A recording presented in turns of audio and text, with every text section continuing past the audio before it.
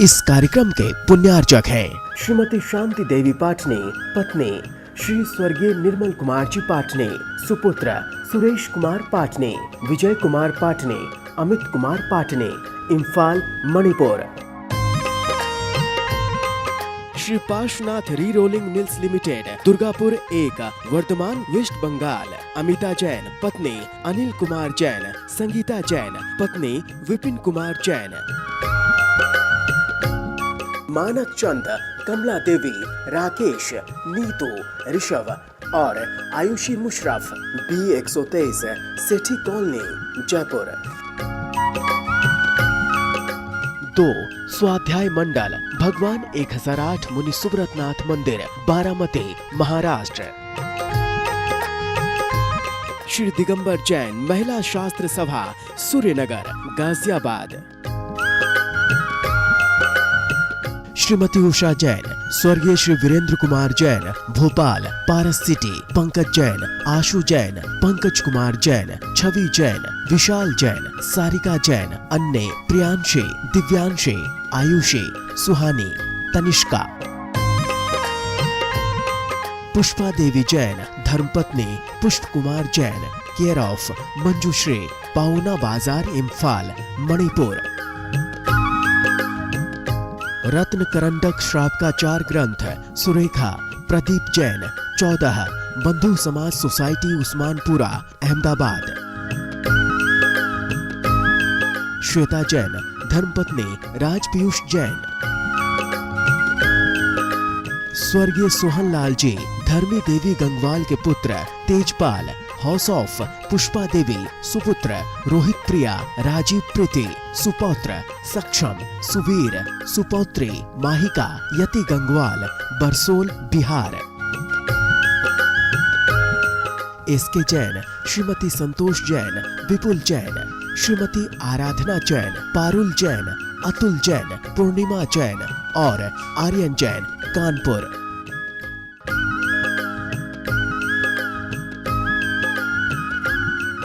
जय जिनेन्द्र।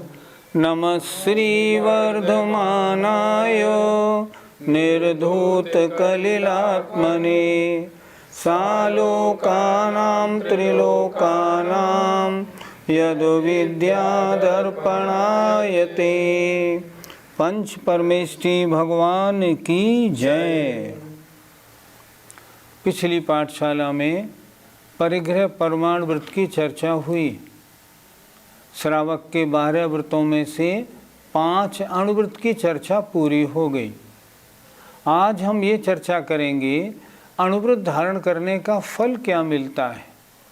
हम अणुव्रत धारण करें तो उसका फल हमें किस रूप में मिलेगा, इसके लिए आज अगली जो श्लोक है उसको अपन देखते हैं। पंचाणुव्रत निधयो, पंचाणुव्रत निधयो, निरतिक्रमणा फलन्ति सुरलोकम्, निरतिक्रमणा फलन्ति सुरलोकम्, यत्रावधिरष्टगुणाः, यत्रावधिरष्टगुणाः, दिव्यशरीरं च लभ्यन्ते, दिव्यशरीरं च लभ्यन्ते। बोलिए पंचाणुव्रत निधयो, निरतिक्रमणा फलन्ति सुरलोकम्, यत्रावधिरष्टगुणाः, दिव्यशरीरं च लभ्यन्ते। आइए एक एक शब्द का अर्थ पढ़ें। पंच अणुव्रत निधियो, 5 अणुव्रत रूपी निधियां। निरतिक्रमणाः, अगर अतिचार रहित पाली जाएं तो।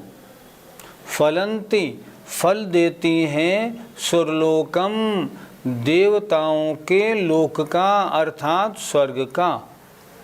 अर्थात यदि 5 अणुव्रत रूपी निधियों का अतिचार रहित पालन किया जाए तो देव पर्याय की प्राप्ति होती है। देव पर्याय में क्या होता है? यत्र माने जहाँ, अवधि अवधि ज्ञान मिलता है। अष्टगुणा 8 रिद्धियाँ होती हैं और दिव्य शरीरम दिव्य वैक्रियक शरीर 6 लभ्यन्ते प्राप्त होते हैं। पंडित जी, देवों की 8 रिद्धियां कौन सी होती हैं? प्रत्येक देव के 8 रिद्धि होती हैं।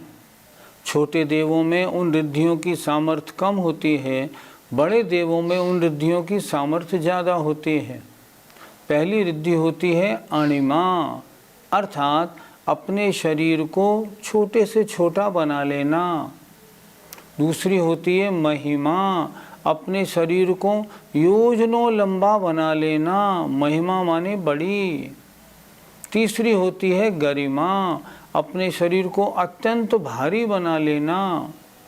चौथी रिद्धि है लघिमा, अपने शरीर को रुई से भी हल्का बना लेना। ये क्षमता देवों में होती है। इसके अलावा अगली होती है प्राप्ति, अर्थात बैठे बैठे चाहे जिस वस्तु को चाहे हजारों मील दूर रखी हो उसको छू लें, प्राप्ति। एक होती है प्राकाम्य, अर्थात जल में पृथ्वी की तरह और पृथ्वी पर जल की तरह चलने की सामर्थ्य होना। ईशित्व, जो देखे वो बस में हो जाए, ऐसा विशिष्ट उनकी आभा होती है। और वशित्व, चाहे जिसको वश में कर लें, जो देखे वो वश में हो जाए। ओहो, ये तो ऐसे लगते हैं जैसे भगवान ही हों।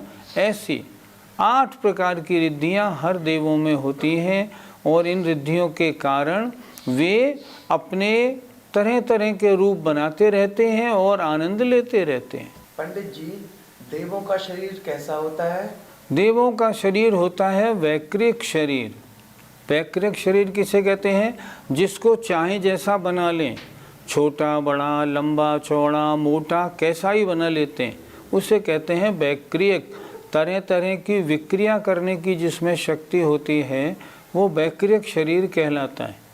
सभी देवों का शरीर वैक्रियक शरीर होता है और उनका जन्म उपात शैया पर होता है। उस वैक्रियक शरीर में क्या विशेषता है? पहली बात, कोई धातु नहीं होती, मल नहीं होता, मल मूत्र नहीं, खून पीप हड्डी कुछ भी नहीं होती, नींद बिल्कुल नहीं आती, पसीना नहीं आता, चमक अत्यंत चमकदार रहते हैं। और अगली बात, उन विचित्र शरीर में और क्या होता है? रोग एक भी नहीं होता, भोजन की आवश्यकता नहीं पड़ती। जब भूख लगती है कंठ में अपने आप अमृत झर जाता है और तृप्ति हो जाती है। ऐसा विचित्र शरीर, दिव्य शरीर उन देवों के होता है। जहाँ वो जाते हैं उनके शरीर से बहुत तेज प्रकाश निरंतर निकलता रहता है। व्रतों को धारण करने वाले जीव क्या सभी स्वर्ग जाते हैं? व्रतों को धारण करना 2 प्रकार का होता है, एक सम्यक्त सहित, एक सम्यक्त रहित। अगर सम्यक्त सहित व्रतों का पालन किया और उसमें अतिचार नहीं लगने दिए, तब तो महान रिद्धिधारी देवों में उत्पत्ति होती है। अगर व्रतों को धारण किया और व्रतों में दोष नहीं लगने दिए पर सम्यक दर्शन नहीं हुआ तो देव पर्याय तो मिलेगी लेकिन रिद्धिधारी देव नहीं बनेंगे। कारण क्या है? जिन जीवों के नरक आयु, तिरंचायु और मनुष्य आयु का बंद हो गया हो, उनके व्रतों को धारण करने के विचार ही नहीं बनते। और जो व्रतों को धारण करते हैं, सम्यक तो रहित हों या सम्यक तो सहित, उनको देव पर्याय मिलती है। लेकिन अगर व्रतों को धारण करें और उनमें दोष लगाएं तो उसका पाप फल भी बहुत बुरा होता है। इसलिए क्या करना चाहिए? जितने व्रतों का हम पालन कर सकें उतने व्रतों को लें। जीवन को व्रत रहित नहीं बनने दें, व्रत ज़रूर लें। उनमें दोष लग जाएगा, नहीं उससे नहीं डरें, दोष तो लगेंगे, उससे कोई बात थोड़ी। दोष लगेंगे उनका प्रायश्चित्त ले लेंगे, प्रतिक्रमण करेंगे, उसमें कौन सी बात है। लेकिन व्रती ज़रूर बनना चाहिए। जो व्रती नहीं बन रहे हैं, लगता है उनके नरक तिरंचायु का आश्रय बंद हो चुका है। इसलिए व्रती बनने में तो लाभ ही लाभ है। पंडित जी, हम व्रती कैसे बने? पहले तो ये समझें कि व्रत लेने से लाभ क्या है।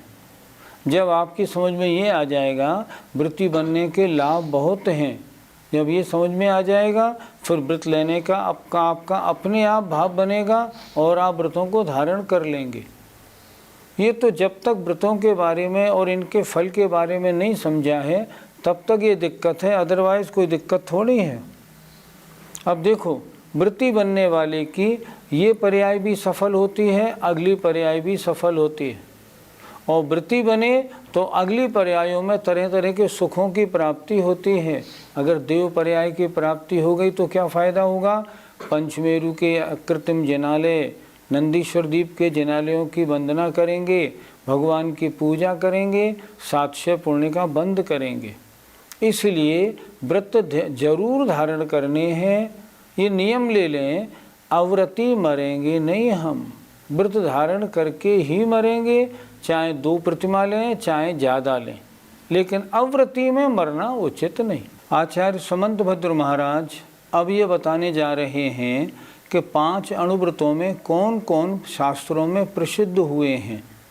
आइए उनके बारे में सुनते हैं। मातंगो धन देवश्च, मातंगो धन देवश्च, वारिषेणस्ततः परः, वारिषेणस्ततः परः, नीलीजयश्च सम्प्राप्ताः, नीलीजयश्च सम्प्राप्ताः, पूजातिशयमुत्तमम्। पूजातिशयमुत्तमम्। बोलिए, मातंगो धन देवश्च, वारिषेणस्ततः परः, नीलीजयश्च सम्प्राप्ताः, पूजातिशयमुत्तमम्। आइए इस श्लोक का अर्थ देखते हैं। मातंगो यमपाल चांडाल, धनदेव सेठपुत्र, वारिषेण राजपुत्र, नीली और जयकुमार, ये पूजातिशयमुत्तमम 5 अणुव्रतों में इनको उत्तम पालने के कारण पूजा के अतिशय को प्राप्त हुए हैं। अर्थात 5 अणुव्रतों में अहिंसाणुव्रत में यमपाल चांडाल, सत्याणुव्रत में धनदेव, आचौर्याणुव्रत में वारिषीण राजपुत्र और इसके बाद नीली ब्रह्मचर्याणुव्रत में और जय कुमार परिग्रह परमाणुव्रत में पूजा के उत्तम अतिशय को प्राप्त हुए हैं। अर्थात इन अणुव्रतों का पालन करने से इन 5 को अत्यंत पूजा और सम्मानित दृष्टि से देखा जाता है, अर्थात ये प्रसिद्ध हुए हैं। आइए ये 5 अणुव्रतों में प्रसिद्ध हुए हैं, इनकी संक्षेप से कथा सुनते हैं। पहली, यमपाल चांडाल अहिंसाणुव्रत में प्रसिद्ध हुआ। राजा ने अष्टानिका के दिन में ये आज्ञा निकाली थी, कोई भी किसी जीव को नहीं मारेगा। लेकिन उस राजा के बेटे राजकुमार को जीव मांस खाने का शौक था, इसलिए उसने एक जानवर को मारा और उसके मांस का भक्षण किया। राजा को जब ये बात मालूम पड़ी, उसने राजकुमार को बुलाया और उसको प्राण दंड दिया। प्राण दंड देने वाला था कोतवाल, यमपाल नाम का कोतवाल, यमपाल नाम का चांडाल। यमपाल नाम के चांडाल को बुलाया, लेकिन वो घर पे नहीं था। क्यों नहीं था? क्योंकि उस दिन चतुर्दशी थी और चतुर्दशी को उसने एक नियम लिया था मुनि महाराज से कि मैं चतुर्दशी को किसी जीव की हिंसा नहीं करूँगा। नियम क्यों लिया था? उसको सांप ने काट खाया था। तब घर वाले उसको उठा के एक मुनि महाराज के पास ले गए थे। मुनि महाराज के शरीर की हवा लगने से उसका जहर दूर हो गया था। तो मुनि महाराज ने कहा आप कोई नियम तो लो। तो उनने नियम लिया, मैं 14 को किसी जीव की हिंसा नहीं करूँगा। अब उस दिन 14 थी। सिपाही आए यमपाल चांडाल को बुलाने, तो वो अंदर छुप गया और उसने अपनी स्त्री से कह दिया, उनसे कह देना चांडाल नहीं है, बाहर गए हुए। सिपाही बोले, अरे बड़ा अभागा है, आज तो राजकुमार को मारना था तो राजकुमार की सारी ज्वेलरी उसको मिल जाती, कितना लाभ होता। जो यमपाल चांडाल की पत्नी थी उसको थोड़ा लालच आ गया और उसने इशारा कर दिया कि यमपाल चांडाल वहाँ पे है। सिपाही गए और यमपाल को लेकर राजा के सामने पेश किया। यमपाल ने बोला, मैं आज इसको नहीं मारूंगा। राजा को बहुत गुस्सा आई। उसने यमपाल चांडाल को और अपने बेटे को दोनों को बांध करके और तालाब में फेंकवा दिया ताकि दोनों मर जाएं। लेकिन यमपाल चांडाल अहिंसाणुव्रत में प्रसिद्ध हुआ, इसलिए मैं हिंसा नहीं करूँगा, इसको उसने अपनी मजबूती से व्रत का पालन किया। इसलिए जब वो तालाब में फेंका गया तो वहाँ देव आए और देवों ने उनको सिंहासन पर बिठाकर और उनका सम्मान किया। तो अहिंसाणुव्रत में यमपाल चांडाल प्रसिद्ध हुआ। सत्याणुव्रत में धनदेव, दो सेठ पुत्र थे, धनदेव और जिनदेव। धनदेव दोनों शामिल व्यापार करते थे। धनदेव तो ईमानदारी से अपना आधा हिस्सा जिनदेव को देता था, लेकिन जिनदेव बेईमान था, वो पूरा हिस्सा नहीं देता था। धनदेव ने जिनदेव की शिकायत राजा से कर दी कि ये मेरे साथ बेईमानी करता है। राजा ने उसको बुलाया और उससे कहा, तुम सही काम क्यों नहीं करते? उसने कहा, मैं सही काम करता हूँ। तब राजा ने क्या किया, दोनों का हाथ ऐसे कराया और दोनों के हाथ पर जलते हुए अंगारे रखे। धनदेव के हाथ में जब अंगारा रखा गया उसका हाथ नहीं जला, और जिनदेव के हाथ में जब अंगारा रखा गया उसका हाथ जल गया। क्यों? क्योंकि धनदेव ने सच बोलने के नियम का पालन किया था। तीसरा, वारिशेन राजपुत्र। राजा श्रेणिक के पुत्र वारिशेन थे। वो रात्रि में सारे कपड़े उतार के और सामायिक किया करते थे। एक बार जंगल में ध्यान कर रहे थे तो एक चोर जो था वो रानी चेलना का हार चुरा के लाया और भागने लगा। उसके पीछे सिपाही दौड़े क्योंकि उस हार में चमक बहुत थी। अब उसने कहा, मैं बचूं कैसे? तो उसने क्या किया कि वो हार वारसेन के आगे पटक दिया और वो चले गए। जब राजा श्रेणिक को मालूम पड़ा कि वारसेन के पास हार प्राप्त हुआ तो उन्होंने वारसेन को आज्ञा दी इनको दंड दिया जाए। लेकिन वो तो बिल्कुल सही थे, उन्होंने कोई गड़बड़ नहीं की थी। तब वारसेन को लाया गया और जब वारसेन को दंड दिया गया तब देवों ने उनकी रक्षा की। वारसेन ये सब देख के विरक्त हो गए और उन्होंने मुनि अवस्था धारण कर ली और उनके ऊपर जो चोरी का दोष लगा था वो गलत हो गया। चोरी नहीं करने के व्रत में वो प्रसिद्ध हुए। चौथा, नीली नाम की एक महिला ब्रह्मचर्यानुव्रत में प्रसिद्ध हुई। नीली नाम की एक महिला था क्या, एक जैन सेठ थे, उनकी पुत्री का नाम था नीली। उस पुत्री के ऊपर एक बौद्ध धर्म पालने वाला एक सेठ पुत्र था, वो अत्यंत आसक्त था, वो उससे शादी करना चाहता था। उसके पिता ने उससे कहा, शादी करना चाहता है तो नकली रूप से तू जैन बन जा, तब शादी होगी, नहीं तो नहीं होगी। तो वो जैन धर्म का पालन करने लगा। जैन धर्म का पालन करने लगा तो जो नीली के पिता थे उन्होंने अपनी लड़की की शादी उस लड़के के साथ कर दी। शादी होने के बाद वो लड़का पुनः बौद्ध बन गया। सारी क्रियाएं बौद्धों की उस घर में होने लगी। नीली को बड़ा दुख हुआ। एक दिन अचानक क्या हुआ, कुछ बौद्ध साधु उनके यहाँ आहार पे आए। नीली ने क्या किया, उनकी जो जूते चप्पल थे उन जूते चप्पलों को सब बाजार के काट के और उनकी सब्जी बना दी और सब्जी बना के उन बौद्ध साधुओं को खिला दी। जब बौद्ध साधु जाने लगे तो उन्होंने पूछा, हमारे जूते चप्पल कहाँ गए? तो नीली बोली, आप बताओ, हमें नहीं मालूम। तो नीली ने कहा, वो आपके पेट में गए, आपने उनको खा लिया। जब उनको ये सुनते ही पलटी हुई तो उसमें उन चप्पल जूतों के अंश सब बाहर निकले और वो बात सत्य घटना हो गई। लेकिन इस बात को लेके जो नीली के ससुर थे बहुत नाराज हुए।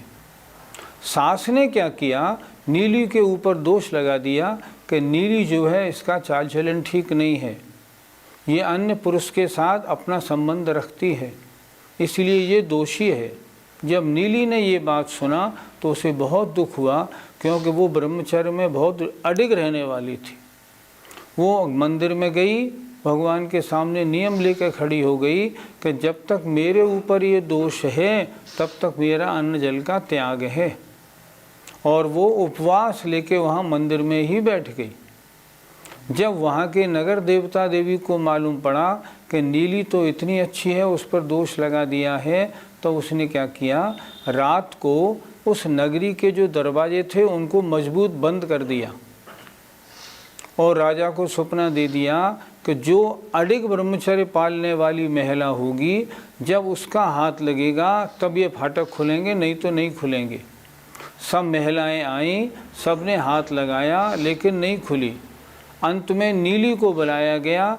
नीली ने जैसे हाथ लगाया, फाटक खुल गए और पूरी नगरी में उसके ब्रह्मचर्य की जय जयकार हुई। इस तरह नीली ब्रह्मचर्य अणुव्रत में प्रसिद्ध हुई। 5वें परिग्रह परमाणु व्रत में जय कुमार की एक सुलोचना नाम की पत्नी थी।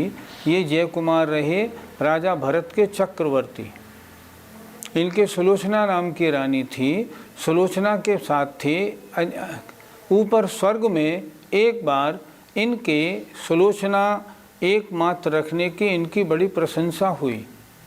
तब देवों ने कहा, लाओ हम इनकी परीक्षा लेते हैं। देव लोग वहाँ आए और वे एक बहुत सुंदर देवी के रूप में आए। उन्होंने जय कुमार से कहा, आप हमारे साथ संबंध स्थापित करें। जय कुमार ने कहा, बिल्कुल नहीं, मेरे पास सुलोचना है, मैं उसके अलावा अन्य और किसी में कोई भी संबंध बनाने को तैयार नहीं। उन्होंने बड़ी कोशिश की, लेकिन जय कुमार ने स्पष्ट मना कर दिया कि बस मैं इसके अलावा और किसी को नहीं रखूँगा।